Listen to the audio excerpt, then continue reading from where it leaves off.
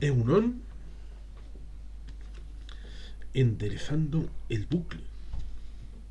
Una propuesta sugerente, sugestiva, aunque de el año 2002. Sí, noviembre de 2002 es la primera edición en Alga, que luego sería Alberdania. Un libro de Coldo San Sebastián en el que reproduce una práctica que era habitual en otros tiempos, hoy prácticamente desconocida, porque enderezando el bucle, en su propio título, indica que es una réplica a el bucle melancólico de un tal John Juaristi, que fue miembro de la banda terrorista ETA, y a él sí que le han perdonado sus orígenes y todas aquellas circunstancias de juventud, pecadillos, pero luego a otros cosas de la diferencia de soy yo, eres tú, y la ley se adapta a que yo soy yo y tú eres tú. Bueno, pero el asunto está en el que en los viejos tiempos del periodismo del siglo XIX y principios del XX, incluso algo después también, era bastante común la idea de que yo publico un artículo en una publicación, en un periódico, sea de la mañana o de la tarde, antes había periódicos de la tarde, o de fin de semana, y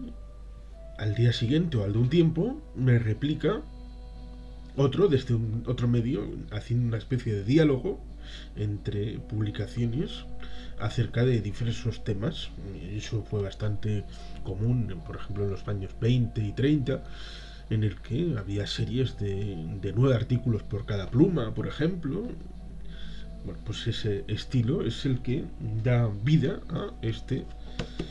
enderezando el bucle, que va fundamentalmente entre los años 1998 y 2002.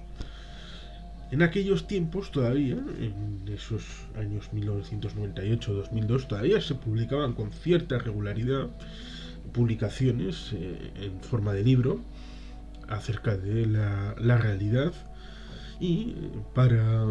desmentir esas realidades, como antaño se hacía a nivel artículo, entre plumas de diferente origen ideológico, aquí Coldo San Sebastián se aviene a tratar de desmontar punto por punto los elementos principales que hacían y construían ese constructo llamado el bucle melancólico, acerca del nacionalismo vasco en un momento en el que todo aquello estaba en cuestión y parecía que no había límites a la hora de expresar esa rabia, como dirían los catalanes, esa rausa, acerca de lo que significaba la potencia hegemónica a nivel electoral, que siempre ha sido el Partido Nacionalista Vasco, aunque no solo,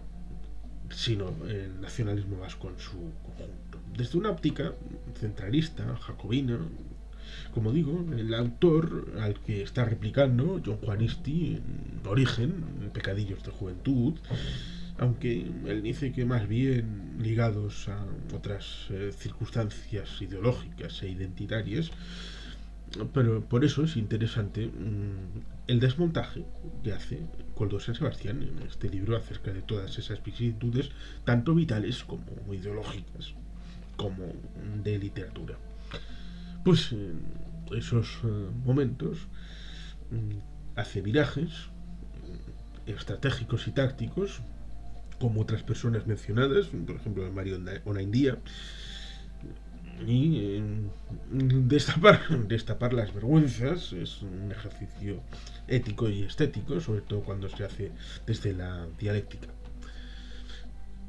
Por tanto, este año 1998 fue importante en tanto en cuanto fue el año en el que se produjo el mal llamado eh, Pacto Ardanza o Propuesta Ardanza, acerca de la reformulación dentro de sí mismo del llamado Pacto de Ajurianeo, la Mesa de Ajurianeo, que en teoría en los 10 puntos no hay más que ir a revisar cuál es el pacto original con la propuesta y los diferentes contenidos que tenía, pues al final se había convertido única y exclusivamente en una mesa unitaria, sí, eso sí, eh, salvo los que dan cobertura a lo que pasaba entonces, pero simplemente para condenar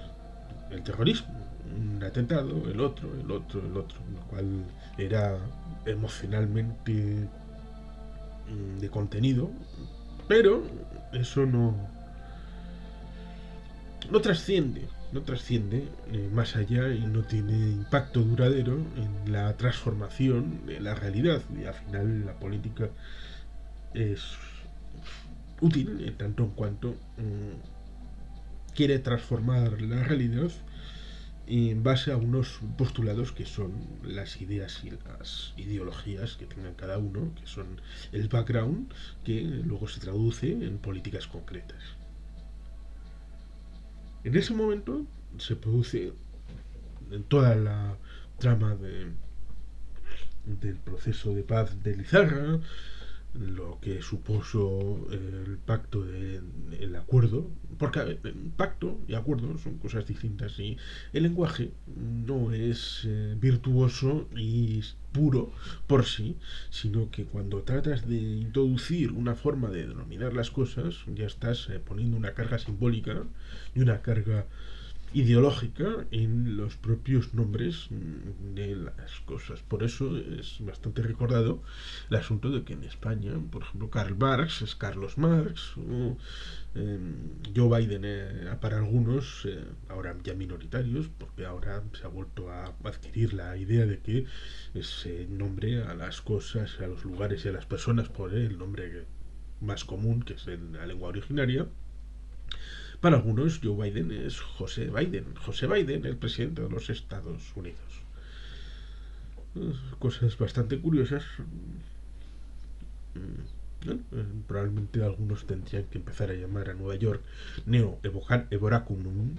porque York era Eboracum y Neo, pues Neo, Nueva York. Y en vez de New York, que parece molestarles, pues en latín original. Propuesta lógica. Incluso diría que algunos tendrían que poner el latín como lengua vehicular en las escuelas. Pero el asunto está en el hecho ese de que esos años fueron bastante turbulentos, la paz derivada de Lizarra, todo el año 1999, con todas las circunstancias que se vivieron. Hubo elecciones municipales, forales y autonómicas en ese año, en mayo de 1999. Por tanto, era un caldo de cultivo para la exploración de la confrontación, no siempre leal, y antes había habido elecciones al Parlamento Vasco en septiembre del 1998, coincidiendo curiosamente con el inicio del proceso de paz y con el acuerdo de Lizarra de principios de septiembre. Y claro, luego viene la decepción de la destrucción de la paz, con el asesinato cruel del teniente Blanco en Madrid, y luego la cruel forma de atentar contra el señor Buesa y su escolta Jorge Díaz de Lorza en Vitoria, a comienzos de ese año 2000. Evidentemente la ruptura del acuerdo de legislatura con los de la autodenominada izquierda y por añadidura Berchale, que tenían el gobierno bipartito de Vitoria, del gobierno vasco, y después todo lo que fue sucediéndose con la forma calmosa de gestionar los tiempos del Partido Nacionalista Vasco y del Lehendakari Ibarretxe, proponiendo iniciativas, siendo propositivo, y los otros haciendo una construcción bastante artificial, pero que suele darse en ciertos momentos en el que la realidad es compleja, diversa, pero en un corto espacio de tiempo y con una serie de cosas que se han ido plantando en el pasado, ¿m? Se recogen en forma de un relato que, si bien no va a poder perdurar para siempre, ese relato puede ser presentado como un paquete, como un bollo o como un pastel para que la sociedad lo consuma durante un cierto tiempo y pareciera que la realidad no es la que es, compleja, diversa, multidisciplinar, multipolar, con muchos protagonistas y con mucha diversidad, sino esa proyección estratégica que se quiere hacer como la realidad para que la sociedad mmm, tenga como reflejo esa realidad artificial y actúe en función de lo artificial y no de lo real para producir una serie de efectos. Y esos efectos intencionales eran los relativos a las elecciones del 13 de mayo de 2001, que se querían antes. En octubre de 2000 hubo dos mociones de censura, una del Partido Socialista y otra del Partido Popular, y ambas fracasaron porque no pudieron llegar a la mayoría absoluta imprescindible y necesaria para cualquier moción de censura constructiva. Con lo cual trataron de desgastar por lo vil, por lo criminal al gobierno vasco, que estaba en minoría, tenía 27 escaños de 75, pero los otros no tenían una mayoría absoluta en tanto en cuanto la autodenominada izquierda y a veces Abertzale tenía 14 escaños. Con lo cual, si hace la suma, 24 más 27 más 14, da mayoría absoluta, con lo cual, aunque se sumaran los de la oposición, que incluían a Izquierda Unida, que esos no se iban a sumar al coro de la insumisión insurrecta del Partido Popular y Partido Socialista, de Nicolás Redondo Terreros y del señor Carlos Iturgaiz. Carlos Iturgaiz, cosas. ¿Le conocen? Todavía sigue en política. ¿Mm? Qué majo. Pareciera que fuera de ayer. Y lleva hay tantos años.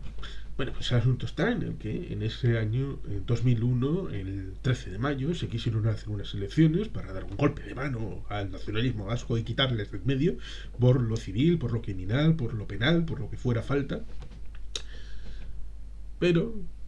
la sociedad respondió a la situación real y no a esa construcción, y eso se reflejó en buena medida en la noche electoral, en cuando las televisiones españolas estaban en emisión directa desde Bilbao, alguna en concreto desde el Museo Guggenheim, tratando de trasladar la idea de que la modernidad había llegado a Bilbao y ahora llegaba a la política, en tanto en cuanto, pues, bueno, recuerdo,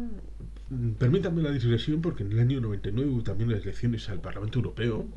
y Rosa Díez, en la propia jornada electoral, dijo que los jóvenes tenían que votar socialista. Cosa que es absolutamente raro, porque en las elecciones, el día de la jornada electoral, se suele decir pues que haya mayor participación, que la gente vote, pero no explícitamente que vayan a votar algo. Como había supuestamente una ola entonces, el año anterior había ganado Gerhard Schröder las elecciones en Alemania. Alemania había vuelto socialdemócrata desde hacía, pues, tranquilamente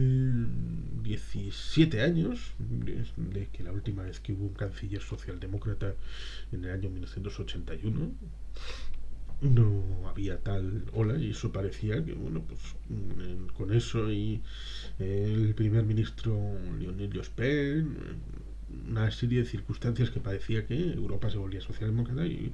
Rosa Díez, en esas elecciones europeas que era candidata, se arrancó a decir: porque los vascos, los jóvenes, la única alternativa que tienen es votar socialista. Bueno, pues fantástico.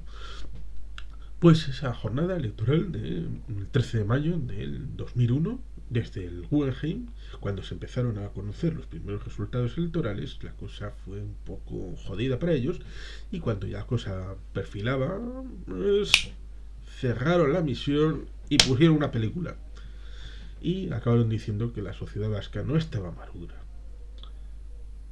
Pobrecitos, los vascos, no están maduros para acoger para sí las consecuencias de ese relato mítico construido por los medios de comunicación españoles, en el que la sociedad era una determinada manera, pero la sociedad en realidad era de otra, y lo que necesitaban era construir esa realidad para, desde arriba hacia abajo, y hacer implosionar proyectos de décadas y de, por qué no decirlo, incluso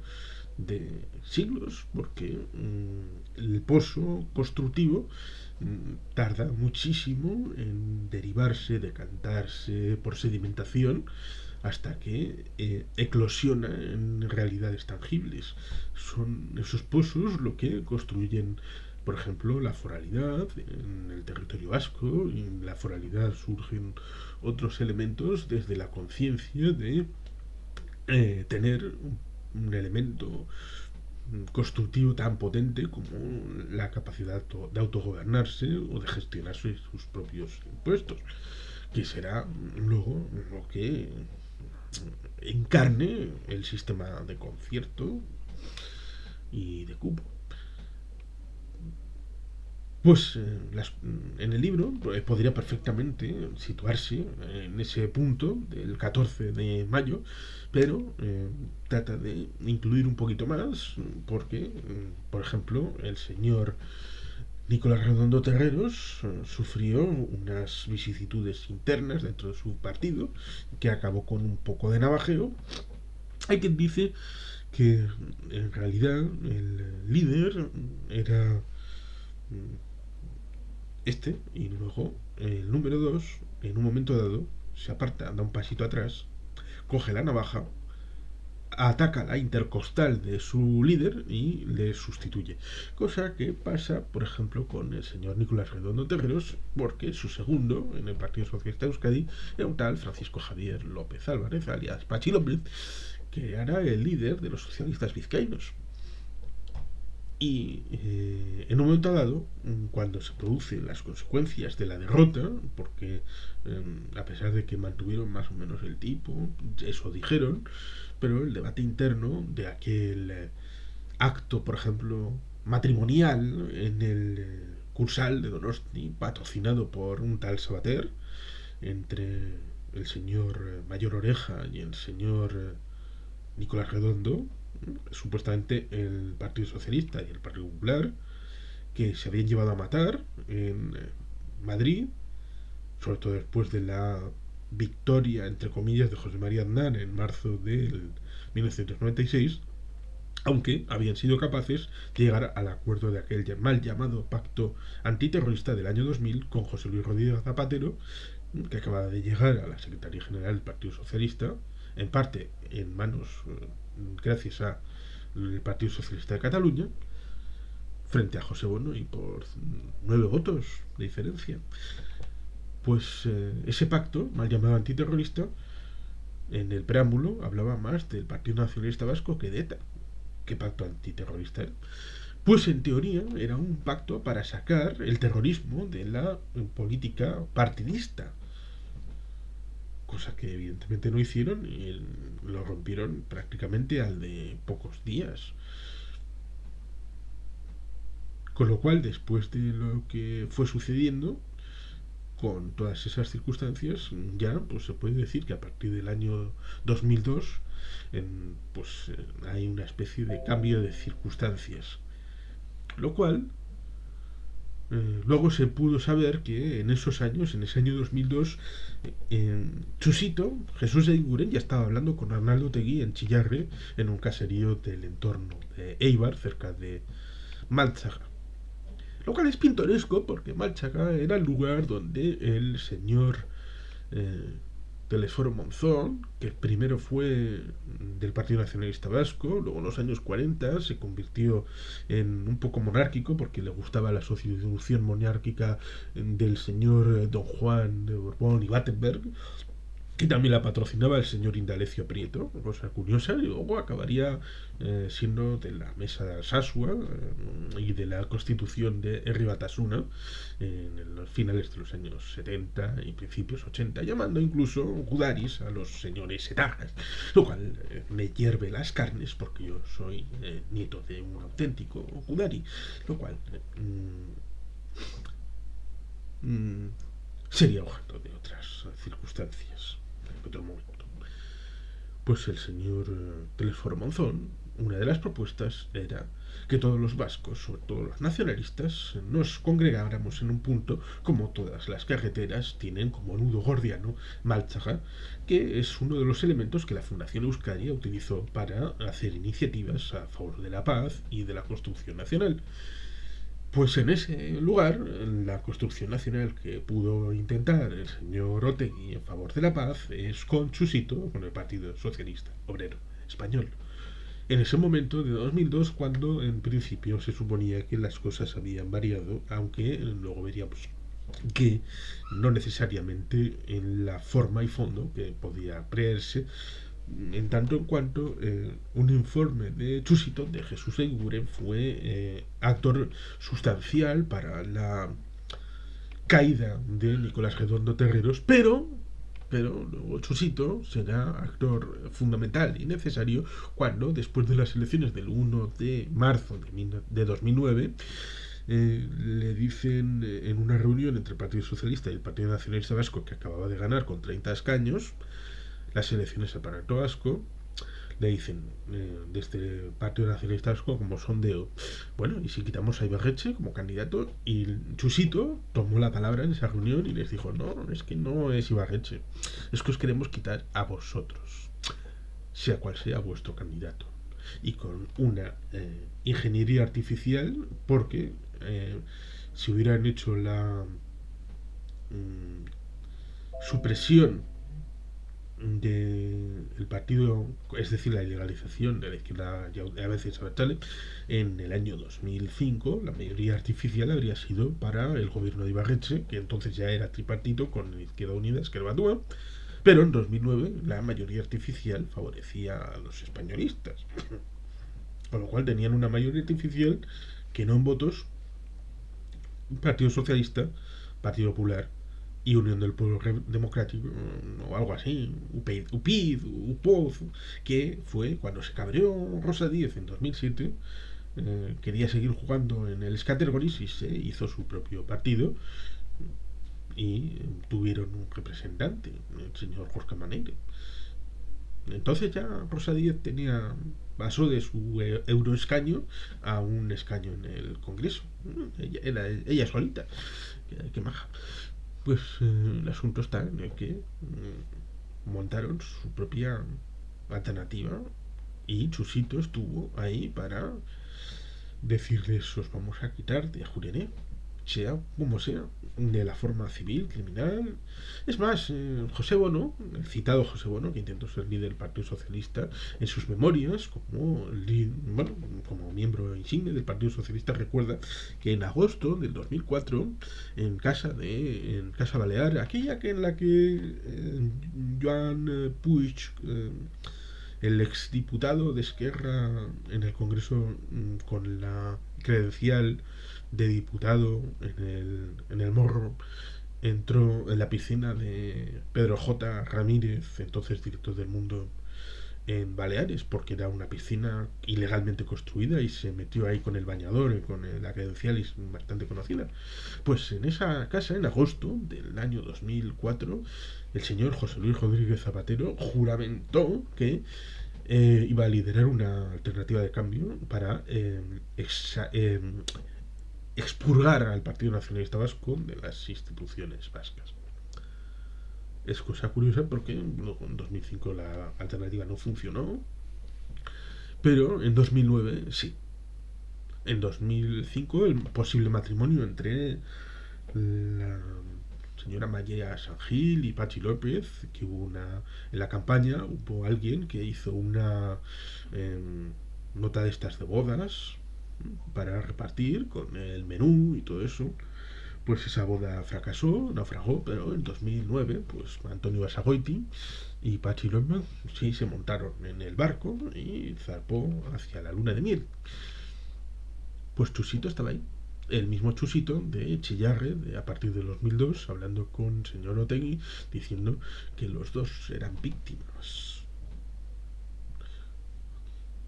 Y como eran los dos víctimas, pues se entendería mejor. A ver, víctimas. El señor Mújica, el señor Yuk, el señor Juan Mari Jauregui, el señor Huesa, son víctimas puestas por el lado de Chusito y liquidadas por el lado de Arnaldo Tegui, de los conmilitones de Arnaldo Tegui, porque en el año 90 estaba en la cárcel, le llamaban gordo, era el apodo. Por ejemplo, a Rufi Echevarría le llamaban el nazi. El nazi, no el nazi, el nazi. Cada cual tiene su historia y hay que contarla como está. Por eso es muy interesante cosas como Enderezando el bucle, que merecería otros productos hoy en día, lo cual, porque he dicho una serie de cosas que pasaron y que han pasado en este país y que todo el mundo merecería conocerla, pero no todo el mundo la conoce, porque a veces pareciera que es una dialéctica de combate o de trinchera ofende la piel fina de algunos ofendiditos que no tienen arte ni parte, pero por ideologías se meten en estas circunstancias y tratan de impedir que las cosas que realmente pasaron en este país salgan a colación en el relato público o en las publicaciones que se puedan hacer. Pero hay que tener fe y voluntad y cosas como enderezando el bucle de Coldo San Sebastián para las cosas que han pasado en este siglo XXI, en la tierra de los vascos, en Euskadi, en su relación, por ejemplo, con España, con Francia o consigo misma, tengan un relato que lo tienen, aunque no esté plasmado en libros, pero lo puedan tener plasmado en material fungible, es decir, en papel, o si lo quieren leer en digital, si son tan choriburus como para leer en digital, pues ustedes mismos. Yo seguiré leyendo en papel. Y sin más, es que ricasco, Aurora, Betty Helper.